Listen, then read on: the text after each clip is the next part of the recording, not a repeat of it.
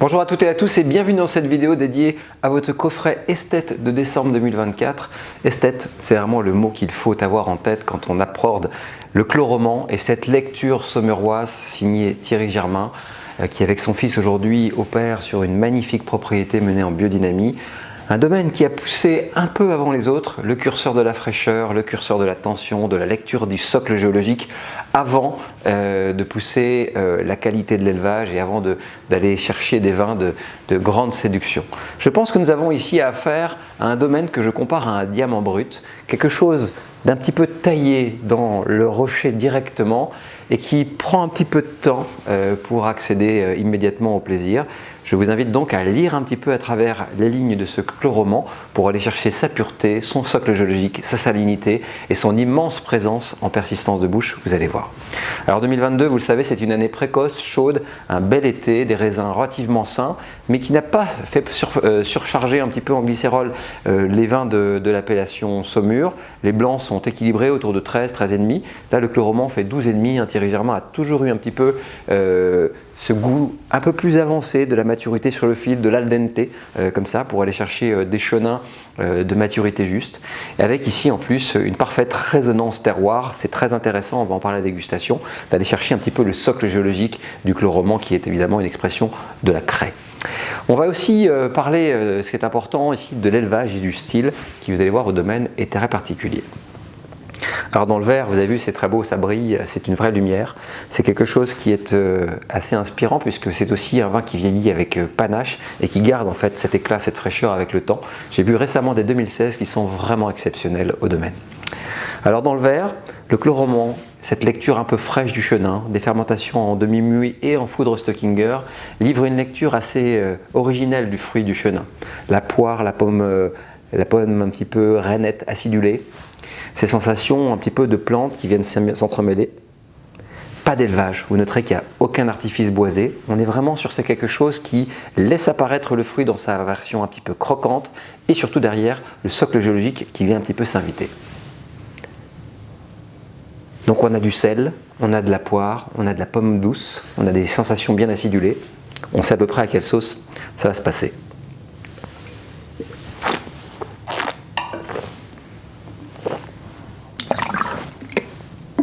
Alors c'est un terroir un petit peu spécial, le chloroman, parce qu'il a la capacité d'emmener le volume de bouche sur du confort, sur ce gras sec un petit peu naturel, tout en gardant une grande sensation salivante.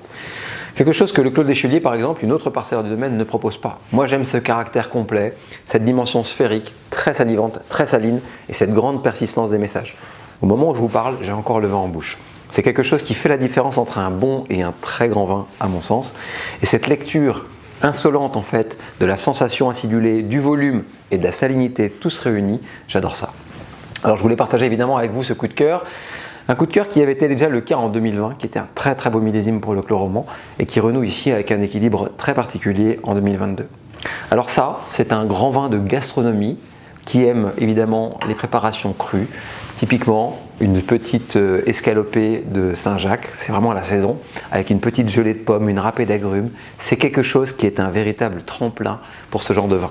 Allez chercher donc le cru, l'iode, le marin, pas forcément beaucoup d'accompagnement ou de sauce. Privilégiez en fait la pureté des produits pour mettre en exergue cette sensation un petit peu acidulée et cette salinité qui est proposée par le vin. Alors en longévité, pour ceux qui ont envie de garder cette bouteille, sachez que la trajectoire de vie est absolument merveilleuse et que vous pouvez amener le chloroman sur au moins 10 ou 12 ans facilement dans une bonne cave. Bref, vous l'aurez compris, la pureté, la fraîcheur, l'éclat et le respect du terroir avec le minéral bien affirmé, c'est toute la promesse de ces grands vins de Thierry Germain. À la vôtre. Bonjour à toutes et à tous et bienvenue dans cette vidéo dédiée au deuxième vin de votre coffret esthète du mois de décembre 2024.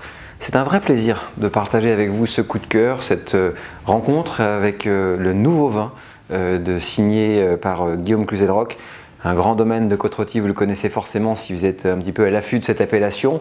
Un domaine qui a lui aussi fait des choix du bio et de la biodynamie un peu avant les autres.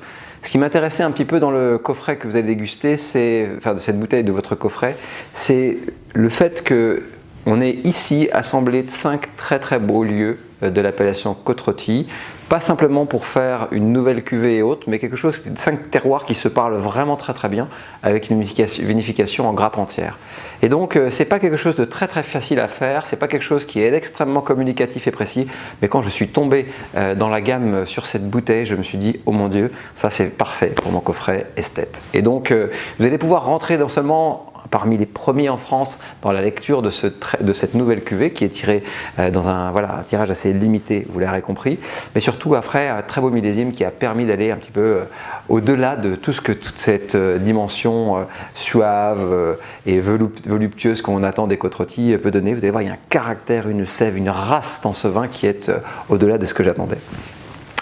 Donc Guillaume Cluzel-Roch, grand auteur forcément des Côte-Rôties que vous connaissez peut-être dans les grandes places, dans les Vialières, ces secteurs très intéressants du nord de l'appellation.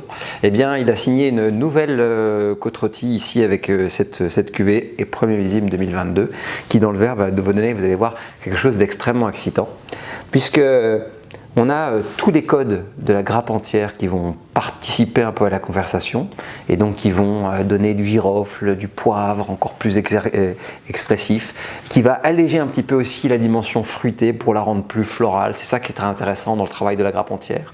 On a également la poudre d'olive et de sensations qui vont arriver dans le fond du verre et qui vont participer un petit peu à la conversation. En tout cas, c'est un vin qui m'a inspiré par sa dimension graphite, sa petite couche mine de crayon, cet univers en fait qu'on n'a pas normalement sur une Côte-Rôtie de jeunesse un petit peu simple. Là, on a déjà les couches de quelque chose d'extrêmement complexe avant même qu'on ait le début du développement de la cuvée, et c'est ça qui m'a interpellé. En bouche, vous allez voir.